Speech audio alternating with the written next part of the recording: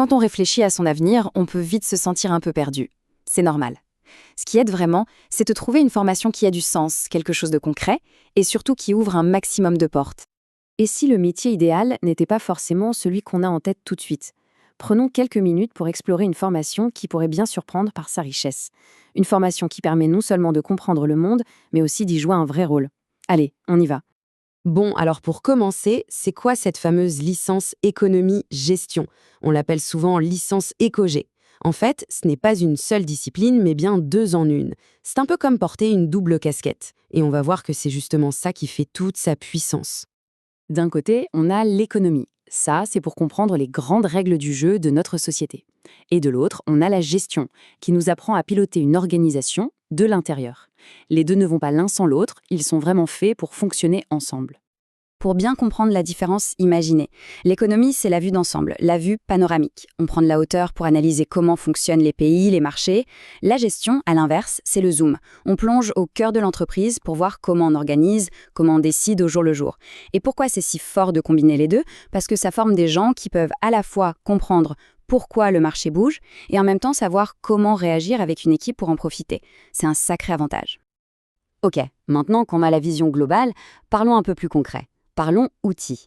Parce que cette licence, ce n'est pas juste de la théorie. Non, elle donne une vraie boîte à outils, remplie de compétences super pratiques. Et cette boîte à outils, elle va servir tout le temps, peu importe le chemin qu'on prend après. Ce sont des compétences solides qu'on appelle transversales, et c'est exactement ça que les recruteurs adorent, parce que ça montre qu'on est capable de s'adapter et d'être efficace. Alors, dans cette boîte, il y a 4 outils principaux. D'abord, communiquer. C'est la base de tout, savoir exprimer une idée clairement. Deuxième outil, analyser. Ça veut dire prendre plein de données, des chiffres, des infos et en tirer une conclusion logique. Le troisième, c'est s'organiser. Super important, savoir gérer un projet et bosser en équipe. Et enfin, le quatrième outil, se projeter. C'est-à-dire apprendre à connaître ses propres forces pour bien construire son avenir pro. Ces 4-là sont vraiment essentiels. Bon, maintenant qu'on a les outils, voyons comment on s'en sert sur le terrain. On va plonger au cœur des deux mondes qu'on a vus, la gestion et l'écono. Prenons un exemple concret dans le monde de la gestion. Imaginez, une équipe lance un nouveau produit. Son job, ce n'est pas juste de le poser en rayon, pas du tout. Il faut décider du prix, organiser toute la campagne marketing, gérer le budget. Ça, c'est de la gestion à l'état pur. C'est prendre des décisions qui ont un impact direct. Maintenant, hop, on change de casquette et on passe à l'économie. Avec le même produit, la question est totalement différente. On se demande pourquoi le prix de ce produit a augmenté d'un coup dans tout le pays. Là, on va analyser le marché global, les décisions politiques, le comportement des consommateurs.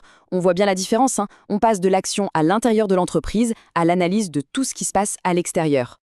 Bon, tout ça, c'est super intéressant, mais la question qu'on se pose tous, c'est « Ok, mais concrètement, ça mène à quoi comme boulot ?» Eh bien, la bonne nouvelle, c'est que cette double compétence ouvre vraiment plein de portes, et ce, dès la fin de la licence. Regardez quelques exemples de premiers postes possibles. Assistant chef de projet, chargé d'études de marché ou même gestionnaire dans une PME. Ce sont des métiers où on cherche des profils polyvalents, des gens qui savent à la fois jongler avec les chiffres et comprendre comment une équipe fonctionne pour faire avancer les choses. Et ça peut se faire dans des secteurs super variés. Par exemple, dans une banque pour aider à analyser des dossiers de crédit, dans une boîte de conseil pour faire des études de marché, ou même dans l'administration publique pour travailler sur l'économie d'une région. On le voit bien, le mot d'ordre, c'est vraiment la polyvalence. Bon, on arrive au bout de ce tour d'horizon. Alors, en résumé, cette licence, elle est faite pour qui exactement? En fait, c'est assez simple. C'est une formation pour les personnes curieuses qui ont envie de comprendre les grands enjeux du monde qui nous entoure, mais qui ne veulent pas s'arrêter là. Celles qui veulent aussi avoir les outils pour agir, pour avoir un impact concret. Si ce double profil parle à quelqu'un, alors c'est une piste vraiment intéressante à creuser. Voilà, merci d'avoir suivi ce petit décryptage. J'espère que ça a permis d'y voir un peu plus clair. Et pour découvrir d'autres formations, rendez-vous sur le podcast et la chaîne YouTube Choisis d'information et ton métier. À très bientôt.